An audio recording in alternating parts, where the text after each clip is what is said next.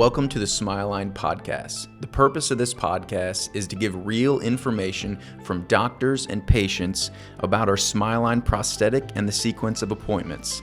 For more information, check out our website or give our office a call. Hope you enjoy today's episode. All right, guys, welcome back to the SmileLine podcast. It is a new year, 2026, and we're on a new set, a little different background. Yeah. I don't know if I look any better, but the background does. I don't think either one of us are doing better. But anyway, so we're starting 2026 off. We're going to shoot a quick little segment here about the overdenture compared to a fixated prosthetic. Yeah, and really our entire overarching philosophy. We've had a lot of consults in the past few years where we've been telling people we don't do overdentures and giving them all the reasons why.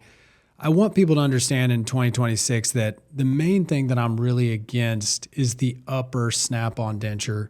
I do think that we're going to maybe bring that lower snap-on 2-implant denture back to the menu.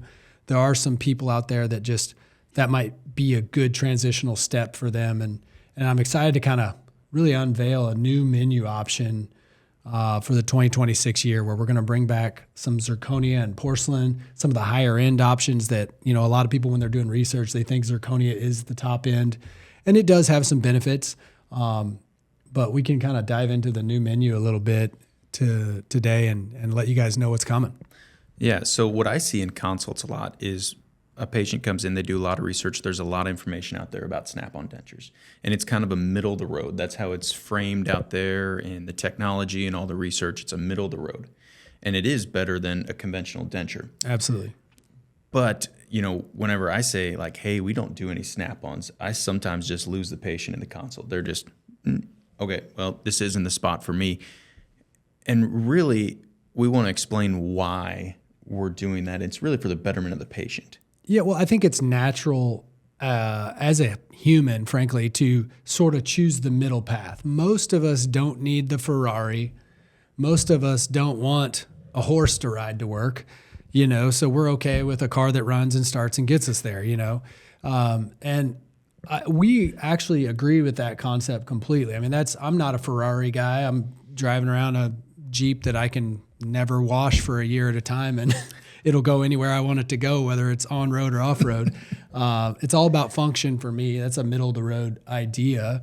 And, I think that sometimes when we say we don't do overdentures, we lose people because they sort of believe that, oh, well, you guys are those Ferrari people, And it's not that we're the Ferrari people. It's that we have developed a SmileLine design process that is so efficient that we can offer the hybrid fixated prosthetic at the same or nearly the same price point as the upper snap-on denture. And that's what people need to really realize. When you compare our hybrid prosthetic to an upper snap-on denture, and let's say you're going to spend roughly $15,000 in both scenarios. Which is about the going rate. It's about the going rate. It's like no one would choose the snap-on denture if they knew they could get a fixated ring of teeth. I mean, we'll show a picture on the screen, guys, of a snap-on denture versus, a SmileLine hybrid. And you're talking about a ring of teeth. Yes, it's still a prosthetic and it's not 100% natural, but it is light years better than a snap-on that's constantly having maintenance issues, bone loss issues around the implants, a lot bulkier and more usually it covers your palate, so your taste is altered. And really, that's the real reason. It's not that we took away the middle of the road option. It's that we took a higher end option and put it in the middle of the road. For sure. And that snap-on option is still a removable prosthetic. And we're at the same price point as a fixated prosthetic. When you say it like that, it's like, well, yeah, I'll choose the fixated prosthetic every time, right? Well, a few years ago, we realized that when we were taking x-rays on patients, the patient is in a biting position, and if we capture that x-ray in the proper biting orientation, we realize that digitally, the patient is already what we call mounted in dentistry. So like the upper jaw is oriented to the lower jaw in 3 dimensions perfectly.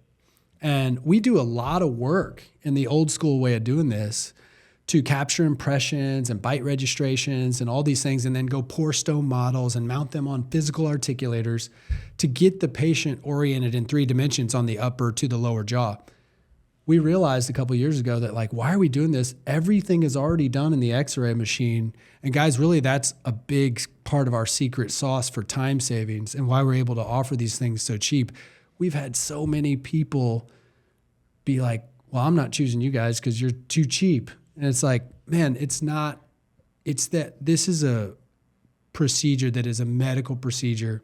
We're not here to sell you a Ferrari. We're here to meet you where you need your expectations met. And some people need this, and some people need this, and they truly expect what comes with those price points. The problem is a lot of people expect this and they want to pay that. And we've sort of redone our menu to help people be met where they're really at on the road. Yeah. Going back to that conversation of like, well, we're not the most expensive place. So some people are like, well, I don't want to go to them because they don't charge as much.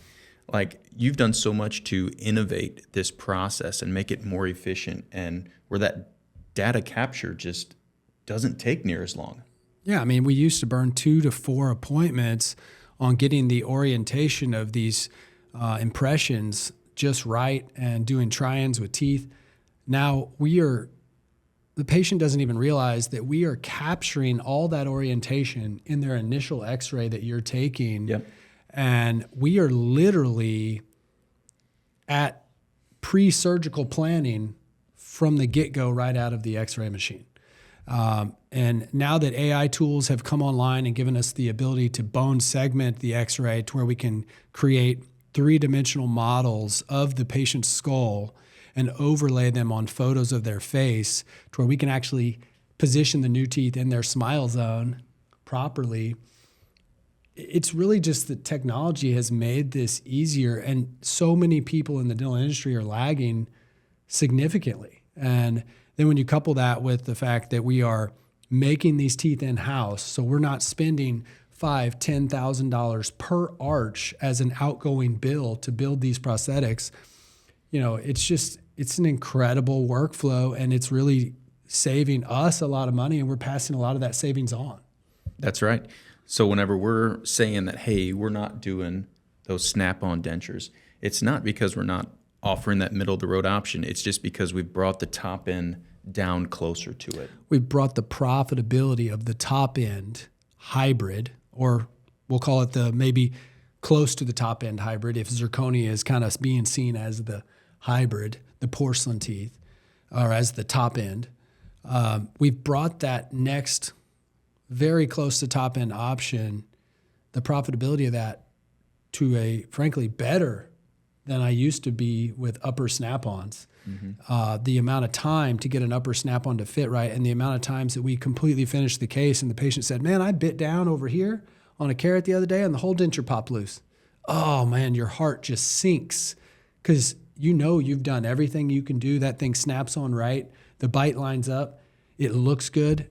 It just doesn't hold tight enough for that patient to function the way they want to. That's just the limitation of that prosthetic. Is the limitation of these little nylon liners, guys. Like, we have such incredible bite force with our teeth. And usually when we're eating food, we're not chewing on both sides evenly. We're not putting force on both sides. We're biting on one area. You put a carrot in your mouth, you're biting here. You're not going to set it like a log in your mouth and try to bite it in two. It's ridiculous. The people don't realize the amount of that force that fulcrums that against that prosthetic, and it will pop those things loose. And here you are, you've spent, $12,000, $15,000, $16,000. You've gone through weeks and months of treatment and multiple appointments, and you got teeth that fall out. Yep. That is why we don't do the upper overdenture, and that is why we've worked so hard to create a process that competes with that price point. And I'm really proud to say in 2026, we are going to create a whole new podcast series, really getting into the details and bringing the education home for you guys. So you're going to really learn that we aren't BSing. This is a real system that really does save us time, effort, and money. And we're bringing it to you in 2026. All right, guys. Thanks for tuning in to this week's episode of the SmileLine podcast. If you want more information, check out our website, www.smilelinedesign.com. There's tons of information over there. You can see a lot of the back end. You can see ballpark pricing. You can see before and after. So if you're wanting more information, check it out there.